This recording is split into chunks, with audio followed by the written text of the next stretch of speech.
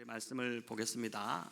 마태복음 9장 1절부터 8절까지 말씀 저와 여러분 함께 교독으로 읽도록 하겠습니다.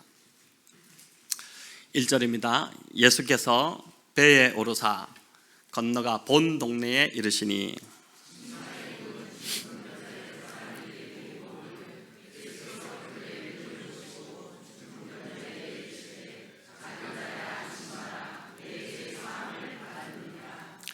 어떤 서기관들이 속으로 이르되 이 사람이 신성을 모독하도다.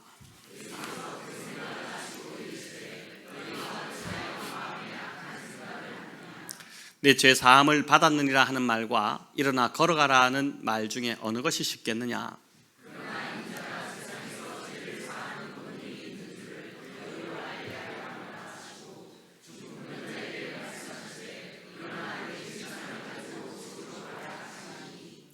그가 일어나 집으로 돌아가거늘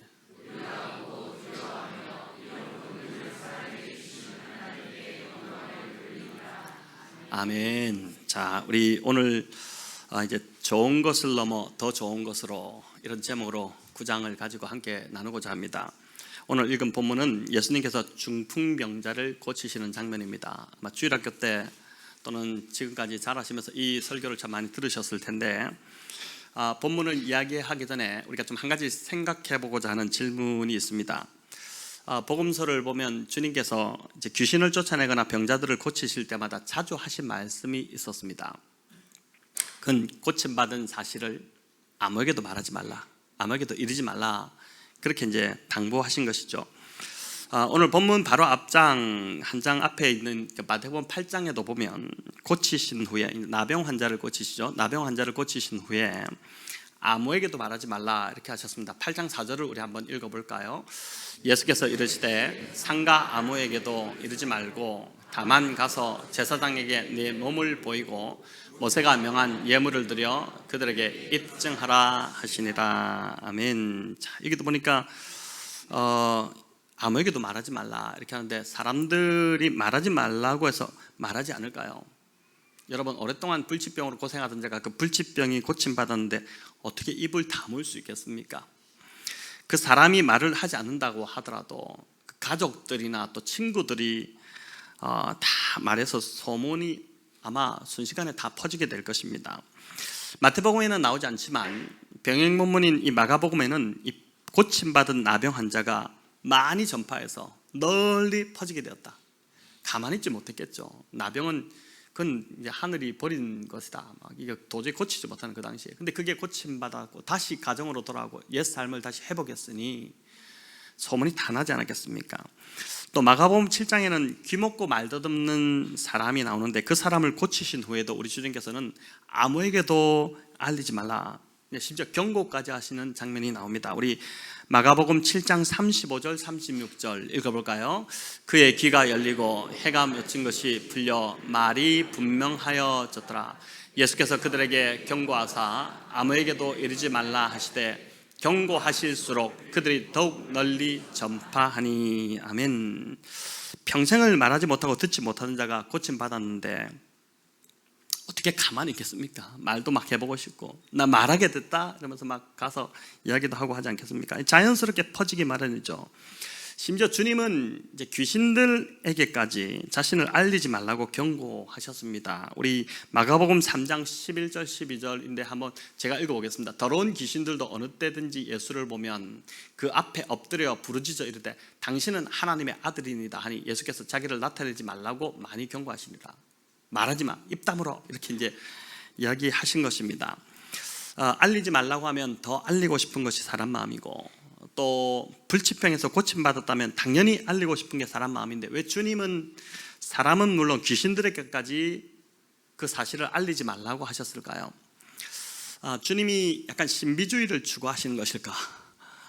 또는 성격이 좀 본래 내성적이라서 부끄러워서 그러신 것일까? 아니면 워낙 겸손하시기 때문에 드러내고 싶지 않아서일까?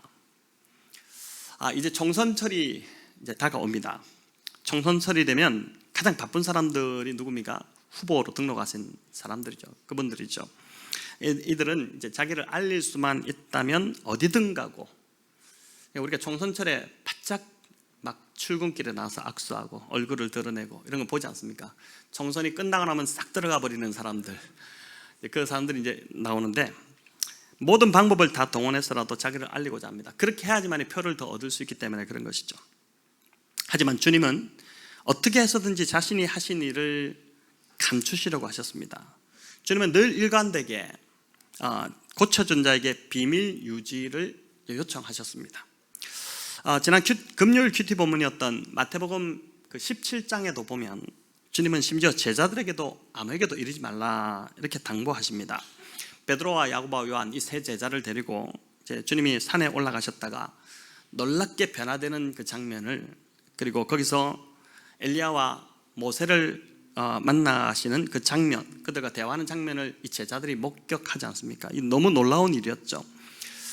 근데 그 시간이 지난 후에 이제 주님이 산에서 제자들과 함께 내려오실 때 제자들에게 내가 죽었다가 다시 부활할 때까지 이 사실을 절대 알리지 말라, 그렇게 이제 당부를 하셨습니다. 조금 벗어난 이야기지만 이날 아침에 이제 아내가 큐티를 한 후에 저에게 그런데 이 제자들이 어떻게 모세와 엘리야를 알아보았을까 이렇게 물었습니다. 제가 듣다가 그렇네, 어떻게 알아보았을까? 여러분 이 궁금증을 가지지 않았습니까? 그래서 제가 곰곰이 좀 생각해 보니까 바울이 이야기한 것을 볼 때 천국에서는 분명히 서로를 온전히 알아보게 될 것입니다. 고린도전서 13장 12절에 그런 힌트가 나와 있는데 우리 같이 읽어볼까요? 우리가 지금은 거울로 보는 것 같이 희미하나 그때에는 얼굴과 얼굴을 대하여 볼 것이요 지금은 내가 부분적으로 아나 그때에는 주께서 나를 아신 것 같이 내가 온전히 알리라. 아멘. 우리가 천국에 가서 주님을 이제 온전히 알아보게 되는 것처럼 주님을 보신 적 있나요? 한 번도 보지 못했지 않습니까? 우리가 그냥 성화로만 알고 있죠. 그죠? 아주 잘생기신 서양 스타일의 예수님의 얼굴, 머리도 금발로 이렇게 돼 금빛 머리를 알고 계신데, 그러나 이제 우리 주님 못 봤기 때문에, 그러나 우리가 천국에 가면 주님이시다 이렇게 알게 되는 거고, 또 저 사람이 모세구나 엘리야구나 이렇게 알게 되는 것처럼 아마 그때의 상황이 천국을 미리 맛보는 상황이었기 때문에 제자들이 알 수 있었지 않나 싶습니다. 여러분 우리도 나중에 이제 가면은 다 만나게 될 건데 누구를 가장 먼저 보고 싶으십니까? 어떤 사람을 가장 먼저 보고 싶으세요? 당연히 주님이죠. 주님 이제 이후에 믿음의 선진들 다 이제 만나게 될 건데 그들도 우리를 보면서 야 왔구나 기다렸다 이렇게 하는 그런 일들이 일어나지 않겠습니까? 좀 기대하고 살아가면 좋겠습니다. 본문을 약간 비껴갔지만은 하던 말씀을 다시 드리면 세상은 말할 것도 없고 요즘 교회들도 이제 현수막을 걸어서 교회가 한 좋은 일들을 많이 내세우고 막 알리기도 합니다. 그렇게 하면 더 많은 사람들이 몰려오기도 하겠죠. 하물며 지금 병이 낫고 귀신이 쫓겨나가고 이런 걸 널리 알리면 예수님의 추종자는 더 많아질 것이고 또 주님이 세우시고자 하는 하나님 나라가 더 힘을 얻지 않겠습니까? 요즘 이제 그 모 전도사도 아니고 전도자라고 하는 사람이 이제 유튜브 채널을 이용해서 많은 그 구독자를 확보하고 또 치유하고 이런 것들을 보여주는데 우리 주님이 만약에 그 사람처럼 하셨다고 한다면은 주님이 유튜브 채널을 하나 만드시고 그래서 이제 다 준비시키시고 카메라맨 다 동원시켜가지고 야 그리고 분장한 사람 분장 좀 해라, 머리도 좀 잘 다듬고 자 지금부터 내가 고칠 테니까 찍어 이러면서 이제 찍으셔서 그걸 내보냈다면은 여러분 어떨까요? 그래서 현혹되지 마시기 바랍니다.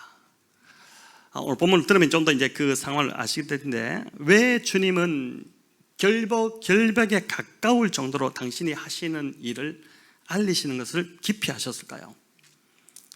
사람들이 좋은 것에 만족해서 더 좋은 것을, 오늘 설교 제목처럼 더 좋은 것을 놓치는 일이 없도록 하기 위함이었습니다.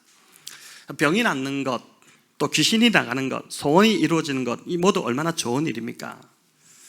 하지만 그 좋은 것보다 더 좋은 것이 있는데, 그래서 좋은 것에 만족해서 좋은 것에만 머물지 않게 하기 위해서 주님이 지금 이제 이 상황을 만들어 가시는 것입니다. 더 좋은 것으로 나가지 못한다면, 더 좋은 것을 얻지 못한다면, 그저 좋은 것에만 그냥 거기만 눈이 떠져서 더 좋은 것을 보지 못한다면 이 얼마나 안타까운 상황이 되겠습니까? 예수님 당시 사람들이 예수님께 나온 주된 이유는 병 고침 받고 귀신에서 노임 받고 피로를 얻고자 함이었습니다. 이 모두가 다 좋은 일들입니다. 여러분, 평생을 귀신 들렸던 자가 그 삶도 상같지 않은 자, 우리가 지난주에 살펴보았지만 그 군대 귀신 들린 자의 삶이 얼마나 엉망이었습니까? 그런 삶을 살다가 노임을 받는데, 또 고치지 못하던 병을 고침 받는데 얼마나 참 삶이 좋아지고 좋습니까? 다 좋은 일들이죠. 그러나 주님은 이들이 좋은 것을 넘어서 더 좋은 것을 얻기를 바라신 것입니다. 더 좋은 것이 있다는 것을 지금 보여주시고자 하는 것입니다. 자, 그게 무엇인지 오늘 본문을 통해서 우리가 함께 살펴보기를 원합니다. 자, 오늘 본문의 이야기는 마가복음 2장에도 나오는데, 마가복음에는 이제 마태복음보다 훨씬 더 이날의 상황을 더 상세하게 기록을 하고 있습니다. 자, 마가복음 2장 2절을 우리 같이 한번 읽어볼까요? 많은 사람들이 모여서 예수께서 그들에게 도를 말씀하시더니, 자, 여기 보니까 많은 사람들이 정말 몰려왔다고 합니다. 문 앞에 막 꽉 들어서가지고 들어갈 틈도 없습니다. 근데 거기서 우리 주님이 하신 것은 도를 말씀하고 계셨습니다. 하나님의 말씀을 가르치고 또 그 말씀을 전하고 계셨다는 것입니다. 자, 이 한 절만 보더라도 예수님이 중요하게 여기신 것과 또 무리들이 중요하게 여긴 것에 관심사가 차이가 있다는 것을 알게 됩니다. 예수님은 어떻게 해서든 모인 무리들에게 말씀을 하나라도 더 좀 전하시려고 했고, 무리들은 말씀에는 별 관심이 없고, 언제 내 병이 좀 고침받을까, 언제 내 문제가 좀 해결될까, 내가 언제 기도를 한번 받을 수 있을까, 이제 그것에만 더 관심이 있었다는 것입니다.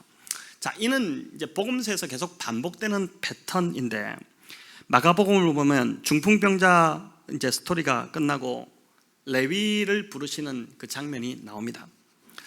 자, 그런데 여기서도 병을 먼저 고쳐주신 것이 아니라 그들을 먼저 가르치셨다고 되어 있습니다. 예수님은 어디를 가든지 회당에서나 들판에서나 바닷가서나 늘 가르치는, 말씀을 가르치는 일을 최우선으로 하셨다는 것이죠. 그렇게 가르치시다가 이렇게 보다가 불쌍한 사람이 보면 그 자리에서 고쳐주시고, 또 귀신 들린 자가 있으면 귀신도 쫓아주시고, 이제 그렇게 사역을 이어가셨던 것입니다. 귀신을 쫓고 병을 고쳐주는 것보다 주님에게 더 중요하고 더 좋은 일은 한 사람의 그 영혼이 말씀으로 구원받고 살아나는 일이고, 그 사람이 하나님과 다시 연결되는 그 일이었던 것이죠.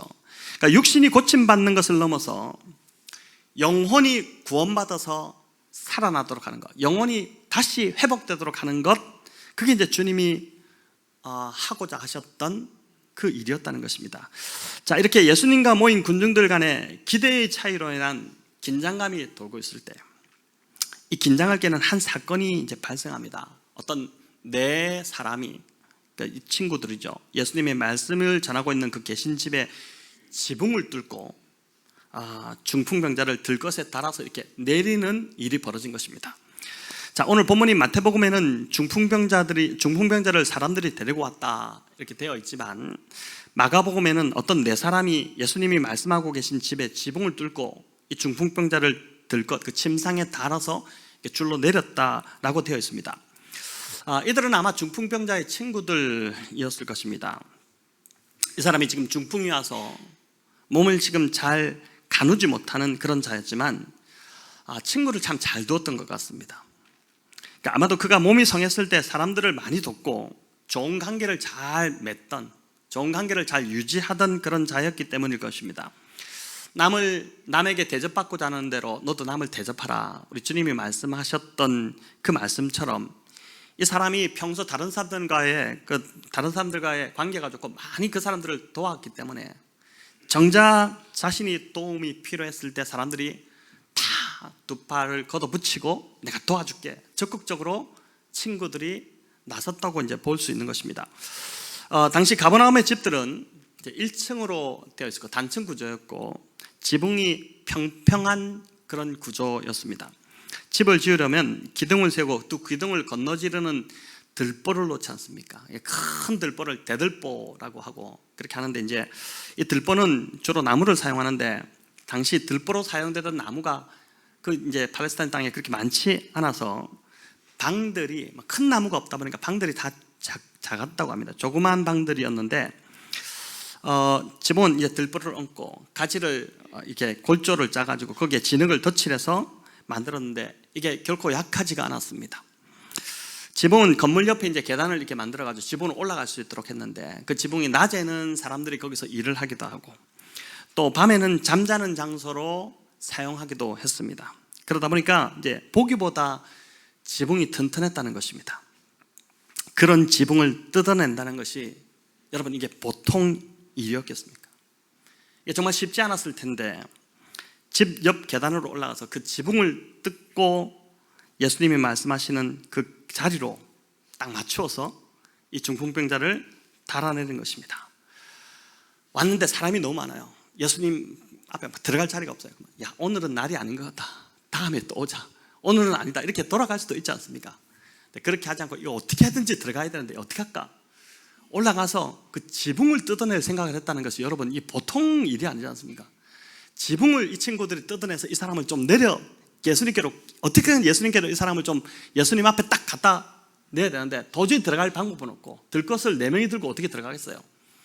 그러니까 이제 지붕을 뜯었다는데 이 친구들의 이 사람을 좀 어떻게 구원하고자 하는 열망이 보통이 아닙니다. 어떻게 보면 이게 상당히 좀 무례해 보일 수 있습니다. 또 주거 침입죄로 건물 기물 파괴죄로 이렇게 고소당할 수도 있습니다. 남의 집 지붕을 함부로 뜯어내었고 집안에서 말씀을 듣던 사람들은 아마 지붕을 막 뜯어내니까 여기 보십시오. 우리 옥상인데 바로 제가 지금 설교하고 있는데 위에서 막 지붕을 뜯고 있으면 어떤 상황이 되겠습니까? 막 이게 흙덩이 돌덩이들이 막 떨어지기 시작했을 거고 그렇지 않겠습니까? 다칠 위험도 있었겠죠. 남이 어떻게 되는지는 전혀 생각지도 않고 오로지 나만 고치면 된다는 아주 이기적인 사람으로 몰릴 수도 있었습니다. 그런데 이들에게 주님께서 보이신 반응은 전혀 다른 반응이었습니다. 이들이 믿음이 있다고 보신 것입니다. 그 행동을 보고 믿음이 있다고 보신 그들의 믿음을 보시고 이렇게 말씀하지 않습니까? 주님이 믿음이 있다고 하면 믿음이 있는 거죠. 주님이 지금 그렇게 판단해 주신 것입니다. 야, 니네 정말 믿음이 있구나 이렇게 판단을 해 주신 것입니다. 그런데 중풍병자는 믿음이 없고 친구들만 믿음이 있었을까요? 안 간다는 중풍병자를 억지로 꽁꽁 묶어가지고 지금 데리고 왔을까요? 그렇지 않았을 것입니다. 중풍병자의 동의가 있었기 때문에 나 좀 데려다줘 이런 부탁이 있었기 때문에 친구들도 같은 마음으로 지금 들것에 메어왔겠죠. 이 갑작스럽게 벌어진 상황 앞에서도 주님은 전혀 당황하지 않으시고 오히려 기뻐하셨습니다. 그 표현이 이제 이 주님이 하신 말씀, 그 모습이 주님이 하신 이 표현에 딱 나오는데 중풍병자를 향해서 뭐라고 합니까? 작은 자야 안심하라. 내 죄 사함을 받았느니라. 작은 자야 안심하라. 이 작은 자라는 표현은 유대인들이 쓰는 애칭입니다. 주로 이제 이게 떼끄논이라는 헬라어인데 스승이 사랑하는 애 제자를 부를 때 주로 이제 작은 자야 이렇게 부릅니다. 주님이 이 중풍병자를 아주 친절하게 부르셨다는 것이죠. 처음 본 사람인데 그것도 무례하게 막 지붕을 뚫고 내려왔는데 설교 다 망쳤잖아 너 때문에 내 말씀 전하는데 이렇게 지금 이게 중요한데 지금 뭐 하는 짓이냐 막 이렇게 소리 지르는 것이 아니라 딱 보시더니 말씀을 딱 끊으시고 이제 작은 자야 안심하라 네 죄가 사함받았다 이렇게 이제 말씀하신 것이죠. 여러분 어떻게 보면 예수님보다 이 사람이 더 놀랐을 것입니다. 들것에 데려서 이게 내려오는데 눈이 예수님과 마주치는 순간 얼마나 좀 두렵기도 하고 떨리기도 하고 막 당황스럽기도 하고 그렇지 않았겠습니까? 그런 중풍병자를 향해 주님이 아주 부드럽고 친절하게 상냥하게 사랑하는 제자를 부르듯이 작은 자야 이렇게 부르신 것입니다. 그것도 안심하라고 하셨고 내 죄가 사함받았다 그 이야기를 해주신 것입니다. 오늘 이 자리에 오신 우리 성도님들 안심하시기 바랍니다. 아무도 여기 있는 어떤 누구에게도 정죄하고 비난할 사람 아무도 없습니다. 안심하시기 바랍니다. 저와 여러분을 향한 주님의 시선이 언제나 변함없이 친절하고 부드럽기 때문입니다. 주님은 우리를 놀래키고 겁을 주시는 분이 절대 아니십니다. 어떻게 해서든 우리에게 안심을 주시고 우리의 죄가 사함받도록, 우리 죄 때문에 그렇게 계속 힘들게 사는 것을 원치 않으시고 그 죄가 사함받아서 그 죄 문제가 해결되어서 정말 평안한 삶을 살기를 바라시는 분, 그래서 실제로 그 일을 이루어 가시는 분이 우리 주님이십니다. 그래서 사람을 놀라게 하고 겁을 주는 사람은 별것 아닌데도 막 말을 부풀려가지고 되게 문제가 있는 것처럼 이야기하고, 이렇게 겁을 주는 사람은 결코 주님 닮은 사람이 아님을 여러분 좀 분별하셔야 합니다. 겁을 주고 놀라게 해서 사람을 조종하는 자들이 종종 있습니다. 절대 이게 성령의 사람의 모습이 아닌 것이죠. 그래서 이번 한 주, 새롭게 시작되는 이번 한 주는 여러분 말 한마디를 하더라도 안심을 주고 평안을 주는 말을 하시기를 바랍니다. 자녀들에게, 또 남편과 아내에게, 또 직장에서 여러분의 또 화나는 일이 있더라도 그걸 확대해서 또 막 이야기하거나 그렇게 하지 마시고, 또 내 혼자 처리할 건 좀 처리하고, 또 안심을 주는 말, 특별히 가족들에게 평안을 끼치는 그런 말을 하시기 바랍니다. 절대 사람을 놀래키지 마십시오. 별것 아닌데 와가지고 막 대단히 무슨 일이 있는 것처럼 호들갑 떨지 마시고. 여러분, 우리가 살아가는 세상 자체가 얼마나 불안하고 두려움을 주는 세상인지 모릅니다.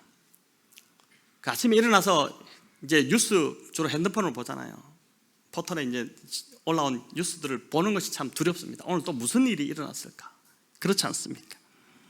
그렇게 조그만 일에도 놀라고 당황하고 그렇게 하는 것이 저와 여러분의 모습입니다.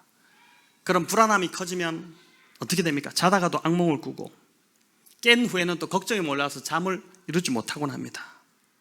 자, 이런 우리들이 어디에서 위로를 얻고 마음의 평안을 얻겠습니까?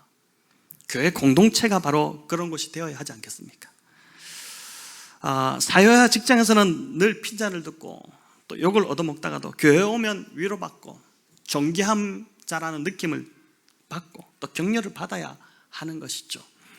또 예배 드리면서도 말씀을 통해서 하나님께서 주시는 그 음성을 들을 때 큰 위로를 받아야 합니다. 그래야지만 이 염려 많고 두려움 많은 이 불안한 세상에서 우리가 넉넉히 이기며 살아갈 수 있지 않겠습니까?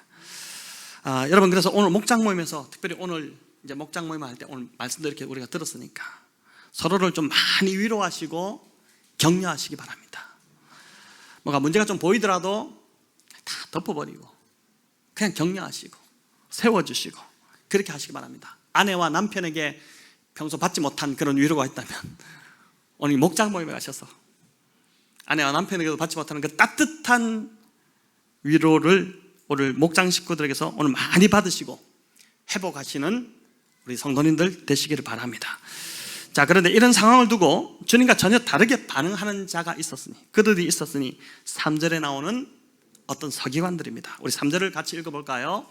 어떤 서기관들이 속으로 이르되 이 사람이 신성을 모독하도다. 여러분, 사람이 속으로 생각하는 것과 겉으로 표현하는 것이 같아야지 건강한 삶을 살 수 있습니다. 이게 다르면은 병들어요. 은혜가 사라지고 이 서기관들처럼, 이 서기관들이 얼마나 율법에 사로잡혔던 자들입니까? 딱딱하게 되니까 속과 겉이 다르게 이제 표현되는 것이죠. 서기관들이 볼 때 예수님은 신성을 모독하는 자였습니다. 왜냐하면 예수님이 죄를 사한다고 말씀하셨기 때문입니다. 유대인들은 하나님만이 죄를 사하는 권세를 가졌다고 그렇게 믿고 있는데 예수님이 네 죄 사함을 받았다 하니 이것 봐라, 이거 드디어 시작, 본색을 드러내는구나, 드디어 이 본 모습을 드러내는구나, 이렇게 이제 한 것이죠. 또 당시 죄 사함의 선언은 누가 했냐면은 제사장이었습니다. 그러니까 백성들이 이제 죄를 짓고 그 죄 사함 받기 위해서 성전, 그때는 제사제도니까 성전으로 오잖아요. 짐승을 잡고 그 짐승을 들여서 희생자사를 다 드린 후에 제사가 끝나고 나면 제사장이 네 죄가 사함 받았다 이렇게 선언을 해줬거든요. 제사장도 아닌 주제에 뭐라고 지금 네 죄가 사함 받았다 이렇게 시건방진 주제 넘는 소리를 하느냐, 이렇게 하면서 이제 신기를 건드리기 시작한 것입니다. 그런데 주님이 이런 서기관들의 생각을 아셨다고 합니다. 주님이 저와 여러분의 생각을 아신다는 것이 참 두렵지 않습니까?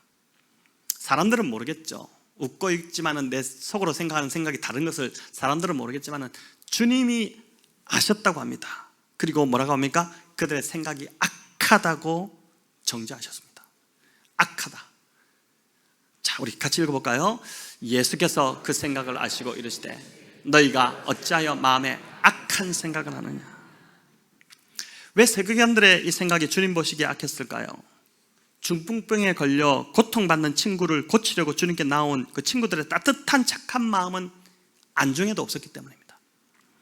사람의 고통이나 그 고통에 함께하고자 하는 따뜻한 우정은 그 소중히 여기지 않고, 그 얼마나 아름답습니까? 그걸 소중히 여기지 않고 오로지 예수님에게 자신들의 인기가 빼앗겼다는 것이 막 그게 분노로 일어나기 시작한 것입니다.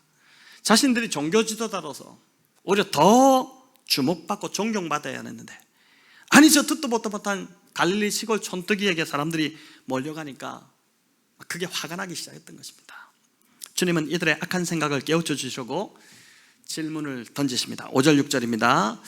내 죄 사함을 받았느니라 하는 말과 일어나 걸어가라 하는 말 중에 어느 것이 쉽겠느냐. 그러나 인자가 세상에서 죄를 사하는 권능이 있는 줄을 너희로 알게 하려 하노라 하시고 중풍병자에게 말씀하시되 일어나 내 침상을 가지고 집으로 가라 하시니. 아멘. 네 죄가 사함받았다는 말과 일어나 걸어가라는 말 중에 어느 것이 더 쉬울까요? 여러분 같으면 어느 것이 더 쉽겠습니까? 힌트는 지금 주님이 서기관들에게 이 말씀을 하고 계시다는 것입니다. 이 서기관들에게는 죄 사함 받았다는 것과 일어나 걸어라는 것 둘 다 불가능한 일입니다. 저와 여러분도 마찬가지입니다. 둘 다 불가능하죠. 그러나 더 어려운 것은 뭔지 압니다. 이 서기관들은 알죠. 뭡니까? 죄 사함을 받으라는 것입니다. 이는 하나님만이 하실 수 있는 영역이기 때문에 그렇습니다. 병 고치는 것 은사 받으면 할 수 있겠죠. 하나님 은혜 주시면. 죄 사함은 권세는 하나님만이 갖고 있는데 그게 더 어렵지 않습니까? 자, 그런데 주님이 이 말씀을 하시는 이유는 뭐냐면 어느 것이 더 쉽겠느냐. 너무 명쾌하게 물으셨는데, 이렇게 물으시는 이유는 주님이 더 어려운 걸 해내셨다면, 먼저 네 죄가 사함 받았다 이 말씀을 하셨잖아요. 주님이 더 어려운 걸 하셨다면 당연히 쉬운 건 당연히 하시지 않겠느냐, 그렇게 말씀하시는 것입니다. 수학으로 따지자면 저희 교회도 수학을 가르치시는 우리 선생님들이 몇 분 계시기도 한데, 미분적분, 미적분, 전 지금 기억도 하나도 안 납니다. 그게 뭐지? 이런데 미적분을 하는 학생이 그 학생에게 더하기 빼기 문제를 갖다 준다면 지금 장난칩니까? 이걸 나한테 갖고 오냐고. 그렇게 하지 않겠어요. 그걸 증명하듯이 주님 똑같은 상황이죠. 주님이 바로 중풍병자를 고쳐버리십니다. 죄 사하는 것, 그게 더 어렵다. 이 중풍병자 이거 아무것도 아니다. 그래서 내 침상을 두고 일어나 가라 이렇게 하니까 그가 일어나서 곧 침상을 두고 나가버렸습니다. 여러분, 이를 통해서 주님께서 우리에게 말씀하시고자 하는 것, 죄를 사하는 권세가 내게 있다는 것을 보여주신 것입니다. 우리의 죄 문제 누구에게 가야 되나요? 우리 예수님께로 가야 되죠. 예수님께로 가서 주님 불쌍히 여겨달라고, 예수님 보혈로 씻어달라고 하면은 우리 주님이 그 죄를 사하여 주신다는 것입니다. 주님은 오늘 저와 여러분에게도 동일하게 물으십니다. 어느 것이 더 쉽겠느냐? 너의 문제를 해결해 주는 것과 너의 죄를 사하여 주는 것 중에 어느 것이 더 쉽겠느냐? 내가 바라고 원하는 것을 들어주는 것, 너 소원을 들어주는 것과 너의 죄를 사하는 것 중에 어느 것이 더 쉽겠느냐? 당연히 우리의 문제를 해결해 주시고 우리의 소원을 들어주시는 것이 주님께는 더 쉽다는 것입니다. 우리는 주님께 너무 쉬운 그것에 늘 목을 메고 있고, 주님께 너무 쉬운데 그거는, 근데 그거에 목을 메고 있다는 것이죠.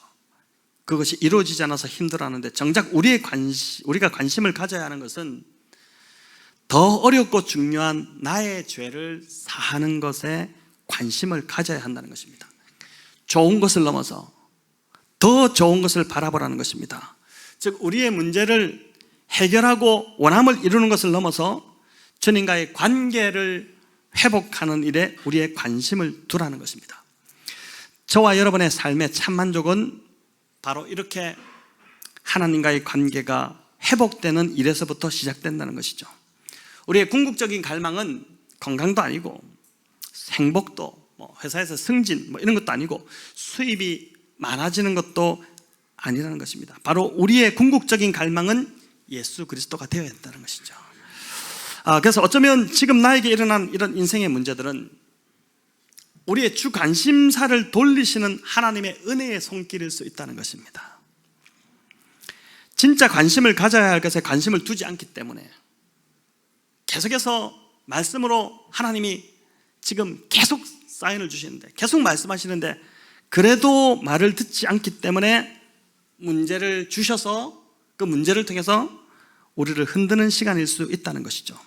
그렇지 않다면 저와 여러분은 절대 이전의 삶을 바꾸려고 하지 않기 때문입니다.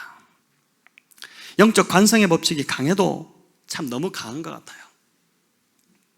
지난주도 제가 그 말씀 드렸잖아요.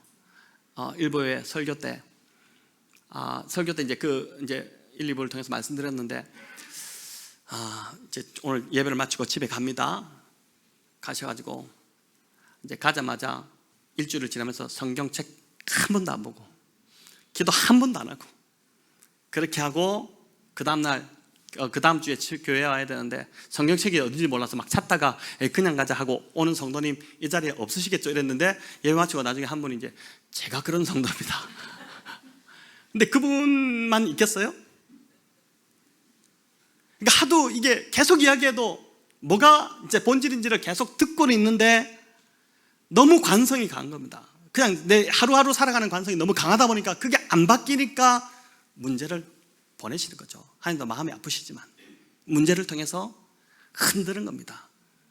그 흔들어서 이제 다시 본질을 보게끔, 뭐가 인생에 진짜 중요한지를 보고 그것으로 들어올 수 있도록 하는 것이죠. 여러분, 이제 말씀을 좀 맺고자 하는데, 성도 여러분, 우리가 그렇게 원하고 바라는 문제는 우리 주님께는 너무 쉬운 문제라는 것을 기억하시면 좋겠습니다. 주님은 우리가 구하는 것을 즉각적으로 이루어 주실 수 있는 능력과 권위가 있으신 분이십니다. 그러나 주님이 그것을 이루어 주시는 것은 우리에게 단지 비상적인 해법밖에 되지 않는다는 것을 우리 주님이 더 잘 알고 계십니다. 너무 울면, 너무 막 그걸 원하면은 어떻게 됩니까? 우리 자녀들에게도, 저도 이제 우리 아이들한테 질 때가 참 많은데, 이겨야 되는데 질 때가 많아서 어쩔 수 없이 사주기도 하고 이렇게 하는데, 그렇지만은 그러나 진짜 그것이 좋지 않다는 것을 우리 주님이 더 아시는 것이죠. 그래서 더 좋은 것을 주시고자 주님이 기다리시는 것입니다. 더 좋은 것, 즉 저와 여러분의 궁극적인 갈망이 우리 예수님이 될 때까지 우리를 빚어가시는 것입니다. 지금 그 빚음의 시간을 통과하시는 우리 성도님들이 있으신데 잘 통과하시기를 축원합니다. 한 가지 더 적용해 본다면, 하나님은 중풍병자 친구들이 가졌던 그 구원의 열정을 저와 여러분도 갖기를 바라십니다. 이들의 믿음은 주님이 기뻐하시는 믿음이었습니다. 여러분, 오늘 우리 학습 세력이 있었지만 이 일에 누구보다 정말 진심으로 함께 기뻐하는 것이 바로 중풍병자들의, 그 중풍병자 친구들의 모습일 것입니다. 오늘 이제 학습 세례 받은 분들이 믿음으로 잘 설 수 있도록 영적으로 계속 도와주는 것, 진심으로 도와주는 것, 이 친구들이 정말 발걷어붙이고 와서 데리고 와서 지붕까지 뜯고 막 이렇게 했잖아요.